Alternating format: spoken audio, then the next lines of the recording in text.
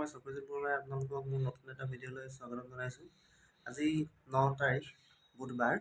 আজিনো দিনটো মই কেনেদৰে পাৰ কৰোঁ তাৰ প্ৰথমতে এই ভিডিঅ'টো আৰম্ভ কৰা হ'ব। আৰু ভিডিঅ'টো আপোনালোকে চাব, কি দিনটোত মই কৰিছোঁ সেই সকলোখিনি আপোনালোকক দেখাবলৈ যত্ন কৰিম।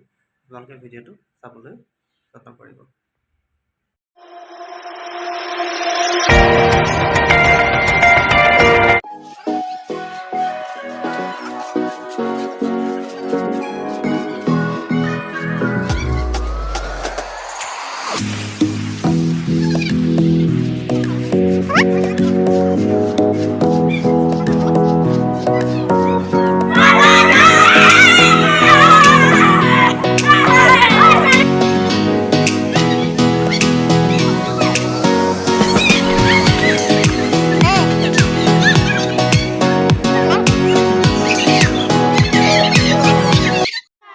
ইহঁতবিলাকে নেওতা পঢ়াৰ সময়কণ দেখি আমাৰ সেই অতীতৰ প্ৰাথমিক বিদ্যালয়ত পঢ়া সময়কণলৈ মনত পৰে, নহয়নে? 1 10 গুণ 10 2 1 গুণ 2 2 গুণ 4 2 গুণ 4 2 3 গুণ 4 2 গুণ 4 2 4 গুণ 8 2 5 গুণ 10 2 6 গুণ 12 2 7 গুণ 2 8 গুণ 14 2 8 গুণ 16 2 9 গুণ 18 2 10 গুণ 20। প্ৰথম শ্ৰেণীৰ ছাত্ৰ ছাত্ৰীসকলে ছাৰ আমাক খেলাওক বুলি কোৱাৰ পাছৰ দৃশ্য। এওঁলোকক মই অলপ খেলাবলৈ যত্ন কৰিছিলোঁ, আপোনালোকে চাব।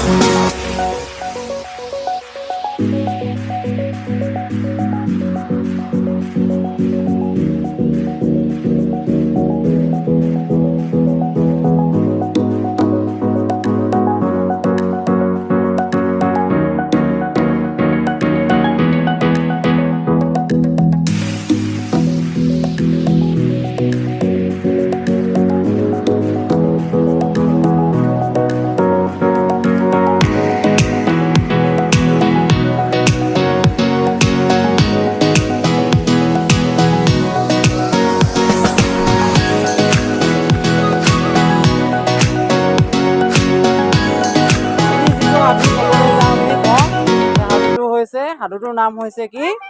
একতাৰ বল। ঠিক আছে, সাধুটোৰ নাম কি? একতাৰ বল। ঠিক আছে, আমি সাধুটো ক'বলৈ যাম। এতিয়া কম সাধুটো কি আছে শুনিম আমি। ঠিক আছে, যে এখন গাঁৱত এজন বুঢ়া মানুহ বা বুঢ়া ব্যক্তি আছিল। ঠিক আছে, সেই ব্যক্তিজনৰে আকৌ কেইটা? 3জন সন্তান আছিল। ঠিক আছে, কি ক'লোঁ মই? যে এখন গাঁৱত এজন বয়সস্থ বা বুঢ়া লোক আছিল আৰু তেওঁৰ 3জন সন্তান আছিল। আৰু সেই 3জন সন্তান কি হৈছে? লাহে লাহে ডাঙৰ হ'বলৈ ধৰিলে। কিন্তু সিহঁত কি আছিল? খুব কাম কৰাত এলেহুৱা আছিল। কি আছিল? এলেহুৱা মানে কাম কৰিবলৈ ইচ্ছা নকৰা ব্যক্তি আছিল, হয়নে? ল'ৰাকেইজন। কিন্তু তেওঁৰ তেওঁলোক সেই ল'ৰা তিনিজনৰ দেউতাক অৰ্থাৎ বুঢ়াজন কিন্তু কি আছিলে, ককাজন কি আছিলে, কাম কৰাত খুব পাকৈত আছিলে। তেওঁ খেতি বাতি সকলোবিলাক তেওঁৱে চম্ভালিছিল। এতিয়া বুঢ়া বয়সৰ মানুহজন কি হৈছিল, লাহে লাহে বয়স বাঢ়ি আহিবলৈ ধৰিছিল, কাম কৰিব নোৱাৰা হৈ পৰিছিল।